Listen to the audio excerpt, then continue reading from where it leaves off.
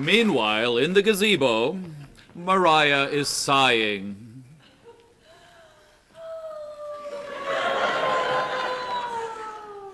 That's quite a sigh. Captain, I didn't hear it. Shouldn't you and Lady Shadbolt be?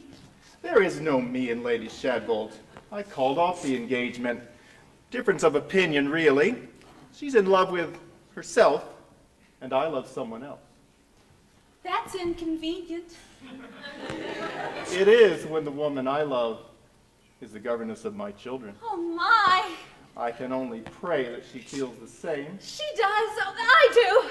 And you promise never to leave me again? Oh, Frederick!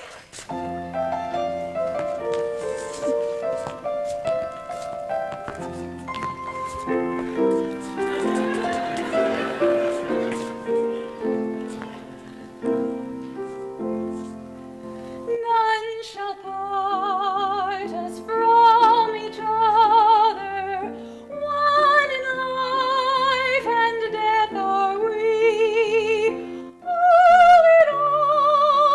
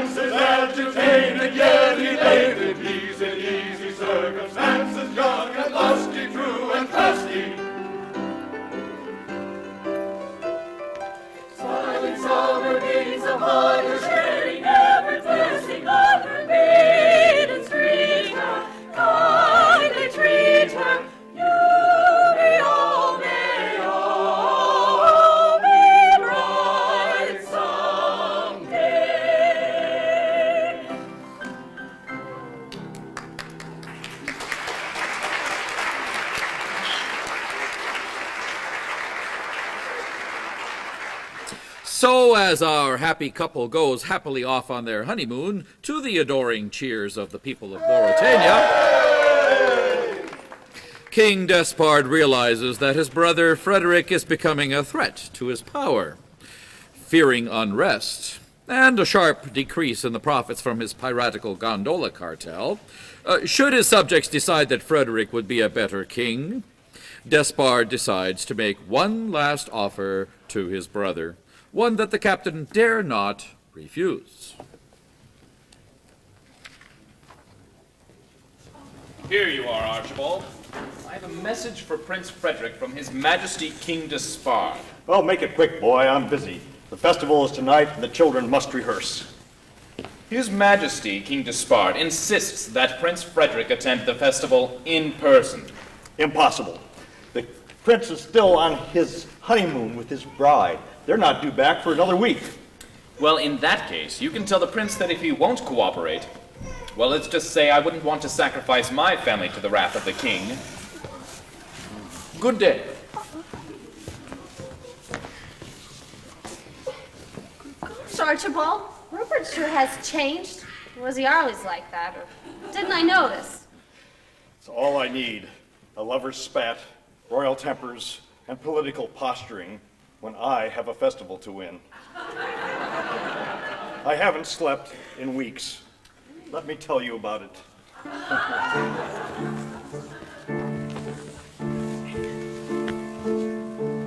When you're lying awake with a dismal headache and repose is tabooed by anxiety, I conceive you may use any language you choose to indulge in without impropriety. For your brain is on fire, the bedclothes conspire, your usual slumber to plunder you. First your counterpane goes and uncovers your toes, and the sheet slips demurely from under you.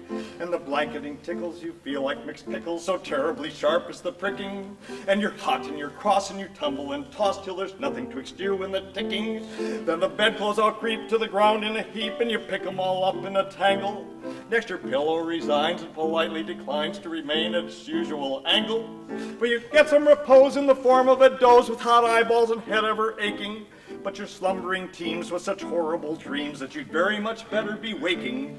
For you dream you are crossing the channel and pussing about in the steamer from Harwich, which is something between a large bathing machine and a very small second-class carriage. And you're giving a treat, penny ice and cold meat, to a party of friends and relations. They're a ravenous horde, and they all came on board at Sloane Square and South Kensington stations. And bound on that journey, you find your attorney who started that morning from Devon. He's a bit undersized, so you don't feel surprised when he tells you he's only 11. Well, you're driving like mad with this singular lad. By the ship's now a four-wheeler. And you're playing round games, and he calls you bad names when you tell him that ties pay the dealer. Well, this you can't stand, so you throw up your hand, and you find you're as cold as an icicle. In your shirt and your socks, the black silk with gold clocks, crossing Salisbury Plain on a bicycle. You're a regular wreck with a crick in your neck, and no wonder you snore, for your head's on the floor. You've needles and pins from your soles to your shins. Your flesh is a creep, for your left leg's asleep. You've cramp in your toes and a fly in your nose and some fluff in your lung, a feverish tongue, a thirst that's intense, and a general sense that you haven't been sleeping in clover. But the darkness has passed, and it's daylight at last, and the night has been long. Ditto, ditto, my song. And thank goodness they're both of them over.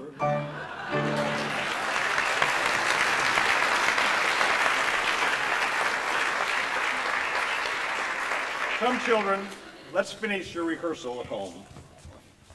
But when they arrive back at the villa, the children are joyous to find their parents have returned. Oh, we're back! We're back! We're back! Father, you returned just in time to hear us sing at the festival! We'll talk about this later. This came for you, Father.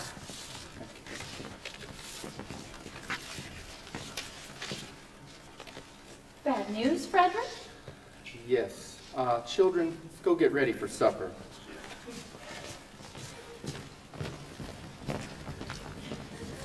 My brother, the king, is demanding that I move us to his court and take up the helm of the Royal Navy. All to show the people of Mauritania how I support his corrupt reign, and that I'm as cruel and unscrupulous as he is, He's threatening that I either join him or else he'll... Well, never mind, Mariah.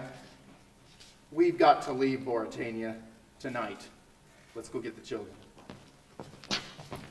Nightfall finds our intrepid family sneaking through the darkness in fear of their lives. Carefully on tiptoe stealing, moving gently as we may. Every step with caution feeling, we will softly steal away. Goodness me, why what was that? Silent B, it was the cat. It was the cat. They're right, it was the cat. Fast away in fashion steady, silence will defray the fair. For a brand new life is ready, and a breath of freedom's there. Goodness me, why what was that? Silence me, again the cat. It was again the cat. They're right. It was the cat.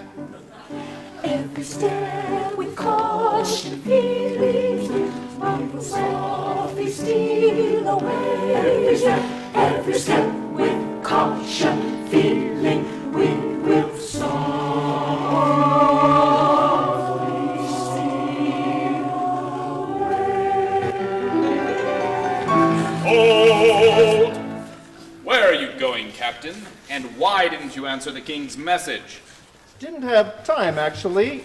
You see, the Montroy family singers are performing in the Boritanian Music Festival tonight. Our patriotic duty. And you expect me to believe that? That I love Boritania more than you'll ever know. I, humble, well and highly born, the grandest of the court's division, a man whose epaulettes are worn with unimputable precision, has dared to raise his children dear above the dust to which you'd mold them in childhood's glorious song so clear. I am Boritania.